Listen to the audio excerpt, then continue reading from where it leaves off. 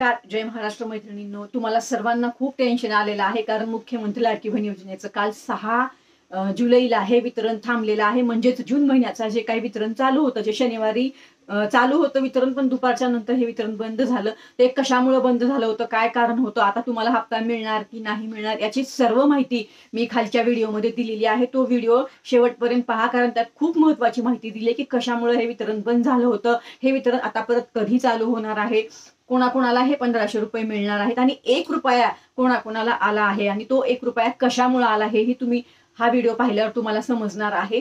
आता शॉर्ट व्हिडिओमध्ये माहिती देत नाही, कारण का तो व्हिडिओ शेअर केला ना, त्या व्हिडिओमध्ये सविस्तर माहिती दिलेली आहे. जाऊन तो व्हिडिओ पहा, काळजी करू नका. तुम्हाला पात्र असाल तुम्ही तर 1500 रुपये तुम्हाला मिळणार आहेत. बाकी सर्व माहिती मी त्या व्हिडिओमध्ये दिलेली आहे. आपण लाईव्ह सुद्धा घेणार आहोत वितरण चालू झाल्यावर, पण त्याच्या अगोदर तो व्हिडिओ पहा, खाली लिंक दिलेली आहे. धन्यवाद. जय हिंद, जय महाराष्ट्र.